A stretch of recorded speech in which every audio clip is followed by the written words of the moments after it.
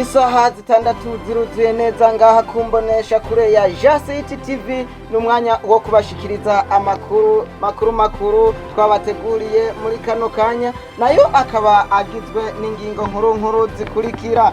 Umukuru w'ibisuma mu Burundi yaraye amenyesheje ku mugaragaro yuko atabusuma bwo mu nzu buzosubira kubaho, kuko ngo abarundi bari bamaze iminsi bidoga, imyidogo ikaba yari myinshi.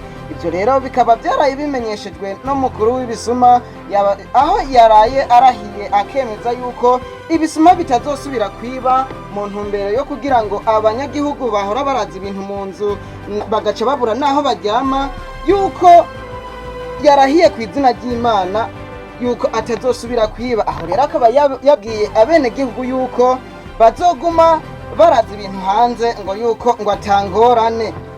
Uranyumvira n'ukuri kw'Imana ntuzi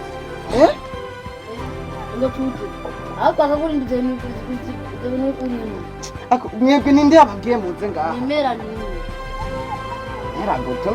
Agutumye kugira ngo uze ngaha. We ntubona ko ndi kuri televiziyo ndiko ndavuga amakuru? Ntubona ko ndi taha muhira? Abona uranyumvira aba bana baza baransanga ku kazi n'ukuri kw'Imana. Muradutunga rero ivyuma byari biparanganye gatoyi, turabandanya n'ingingo nkuru zigize ano makuru. Naho ngishira hamwe ryo kwimba ubutare byaraye rigabishije ababosi b'abanyakirundo kutaguma basesagurira amadeni, kuguma ngo bayahereza ngo abenegihugu bizeye yuko bazoyagaruza mu mahera azohabwa abenegihugu bo mu Kirundo yazirya nzahabu ziriko zirimbwa.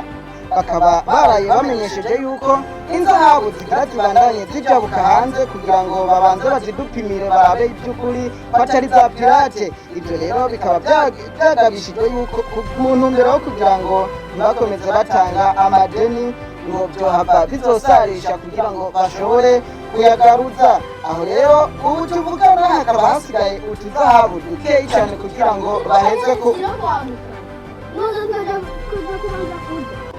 wewe naho uje gute?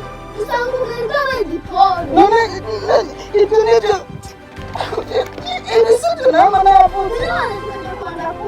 None ibyo kurya bisigura iki kandi ndiko ndaca amahera? Ntubona ko ndi kuri televiziyo ndiko ndavuga amakuru? Ndende kwanza.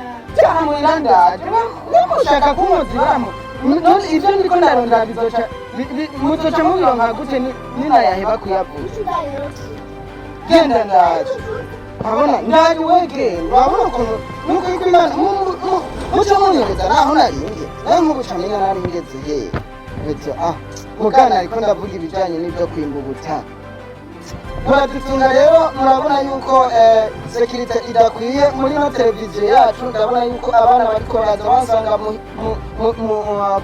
kumbonesha kure ariko bariko baratuma ibintu bya ariko rero iki kintu je sindagitaho. Kambanze je ndakibaze neza ko ari byasiri.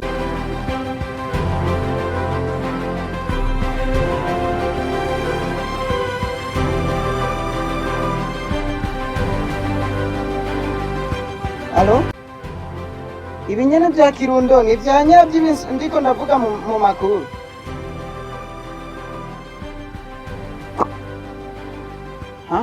Ayo makuru namwe nimusigare murayimariri. Oh shit!